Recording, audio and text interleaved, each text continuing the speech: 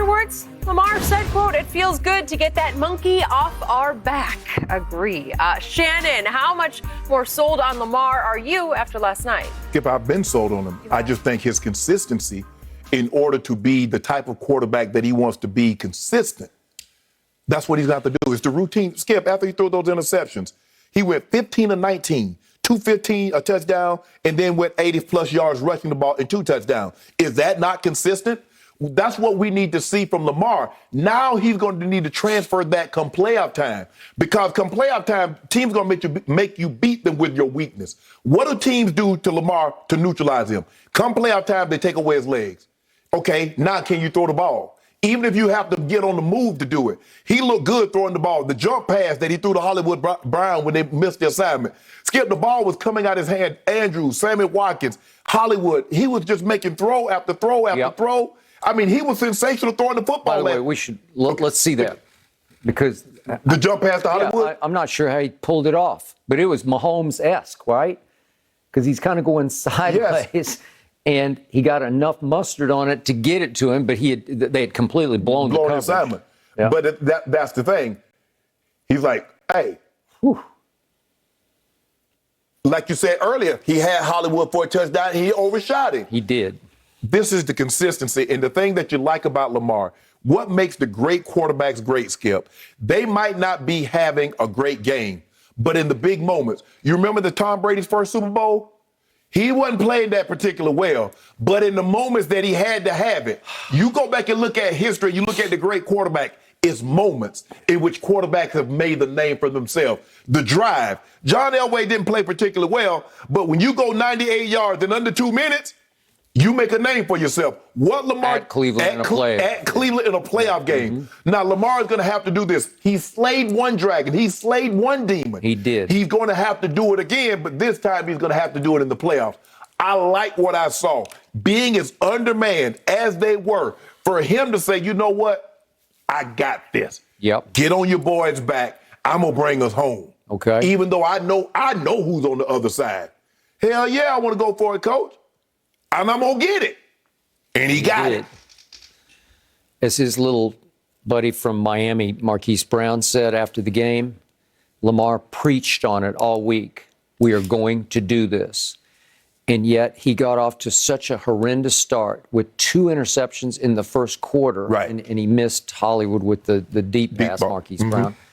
And it's such a disastrous start that most quarterbacks, even some of the great quarterbacks, would have unraveled on Sunday Night Football up against your arch nemesis, where you've already admitted after the third loss to Mahomes to fall to 0-3, you already admitted there are kryptonite. Well, if you just fell to your kryptonite in the first quarter, a lot of quarterbacks would they'd go in the tank psychologically. They'd just be shot the rest of the game. But, Skip, in a playoff game, you throw 2 interceptions in the first quarter, team hang 24 points on you.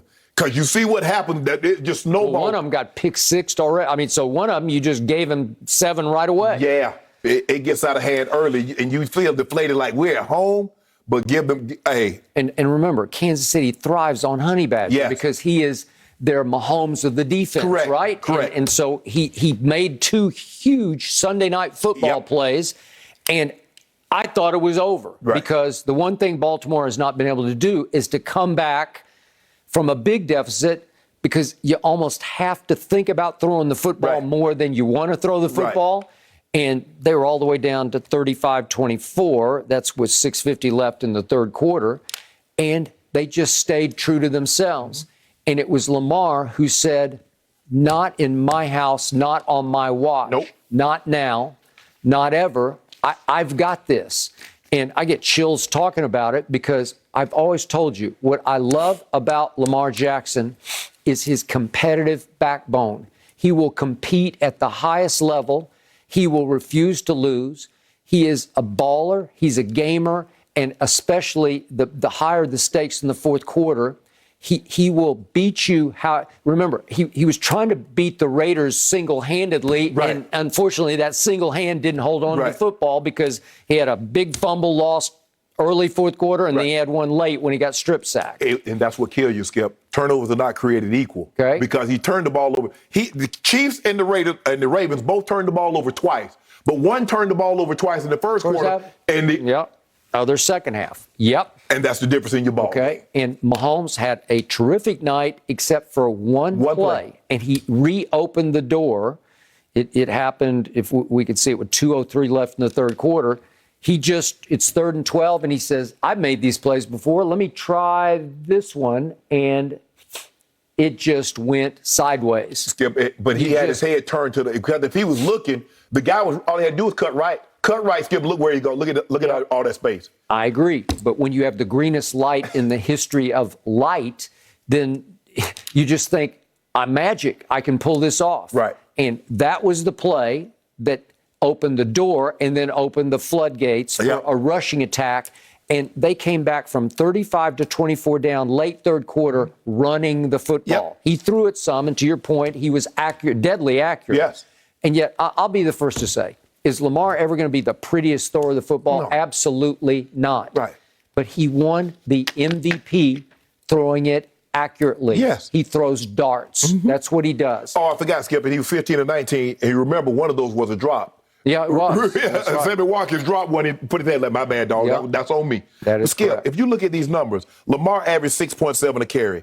Williams averaged 5.9. Latavius Murray averaged 4.0. Freeman 14.5. Only Ricard, which was a one carry for 2 yards in which he got He's the fullback. was the fullback. Yeah. Other than that, Skip, look at these numbers. 6.1, 251, 41 carries. It's who they are. It's what they do. It's Okay. Skip, at some point in time, Skip, they lined up. They got 7. They can't stop with 7. They drop 8. They can't stop with 8. Now they basically play at zero coverage, get 9 guys in the box, and they still can't stop them. Can't stop them, and they're without their all-pro left tackle, Ronnie Staley, as you predicted on Friday. Sounds like he's not going to make it, and he did not make it, and it didn't matter. And they still run the ball like that. And you know what? We want Lamar to throw the ball. That's what we want. We're not going to let him run.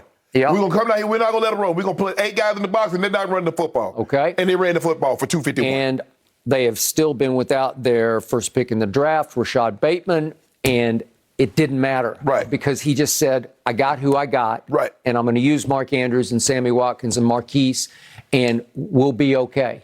And they were okay.